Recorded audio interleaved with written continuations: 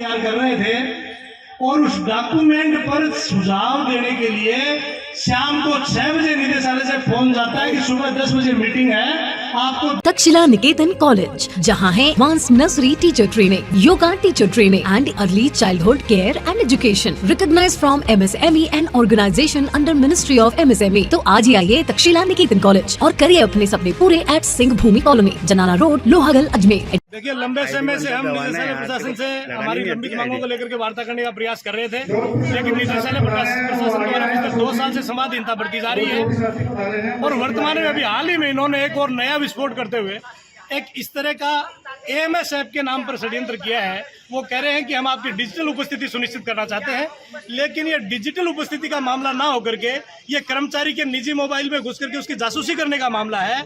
ये एक इस तरह का स्पाईवेयर है, इस तरह का ऐप है जो हमें आदेश दिया जा रहा है कि आप अपने निजी मोबाइल में इसको डाउनलोड कीजिए और 24 घंटे में आपको ट्रैक करेंगे। हम कहते हैं कि राजस्थान की सरकार अगर वर्किंग कल्चर को बढ़ावा देना चाहती है, औषधालयों में कार्मिकों की उपस्थिति सुनिश्चित करना चाहती है, तो राजस्थान की सरकार को शुरुआत अपने आप से करनी होगी। सबसे पहले हमारे औषधालयों का सुदृढ़ीकरण करना होगा। बेहद शर्मिंदगी की बात है कि आजादी के 75 साल बाद भी राजस्थान के 500 से अधिक औषधालय हैं जो शरणार्थी की तरह से किराए के भवनों में चल रहे हैं, एक कमरे में चल रहे हैं, जहाँ इंफ्रास्ट्रक्चर के नाम पर 0 सुविधाएं हैं। ऐसे औषधालय जहाँ 3-3, 4-4 महिला कार्मिक काम करती हैं और वहाँ शौचालय जैसी मूलभूत सुविधा का अभाव है। आपने एक इस तरह का ऐप बनाया है कि 200 मीटर के दायरे से आप उस लैंगिट्यूड के 200 मीटर के दायरे से बाहर होते ही आपको मार्क आउट कर दिया जाएगा और उस दिन फिर आपकी एब्सेंट लग जाएगी, आप दोबारा मार्किंग नहीं हो सकते। अगर शौचालय के लिए भी महिला अगर 500 मीटर दूर अगर सार्वजनिक शौचालय वहाँ चली गई तो मार्क आउट होगी, उसकी पूरे दिन की एब्सेंट लग गई। आप अपने इंफ्रास्ट्रक्चर को सुदृढ़ करिए भाई, आपको कोई दिक्कत नहीं, आप काम लीजिए, लेकिन आप अपने इंफ्रास्ट्रक्चर को सुदृढ़ करके हमारी उपस्थिति सुनिश्चित करिए। आप इस तरह से हमारे मोबाइलों में घुस करके हमारी जासूसी करेंगे, ये हम नहीं होने देंगे। निजता के अधिकार का उल्लंघन तो नहीं होने देंगे, क्योंकि भारत के संविधान ने हमें मौलिक अधिकार दिया है, इसकी रक्षा हमारा। धरना प्रदर्शन के दौरान शासन प्रशासन तक आपने अपनी बात तो पहुंचा दी, अगर आपकी मांग पूरी नहीं होती तो क्या स्टैंड रहेगा आगे?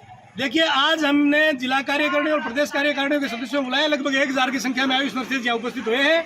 अगर इस मांग को पूरा नहीं किया जाता है, हम इस आदेश को, तुगलकी फरमान को वापस नहीं लिया जाता है, तो हम इस आंदोलन को राजस्थान की गांव ढाणी तक लेकर के जाएंगे और इस सरकार की कारगुजारियों को आम आदमी तक पहुंचाएंगे। किस तरह से मोनोपोली से जारी किए जाते हैं और किस तरह से कर्मचारियों को 24 घंटे पेश किया जाता है। आपका परिचय? धर्मेंद्र फोगाट, प्रदेश संयोजक, राजस्थान आयुष नर्सेज संयुक्त संघर्ष समिति।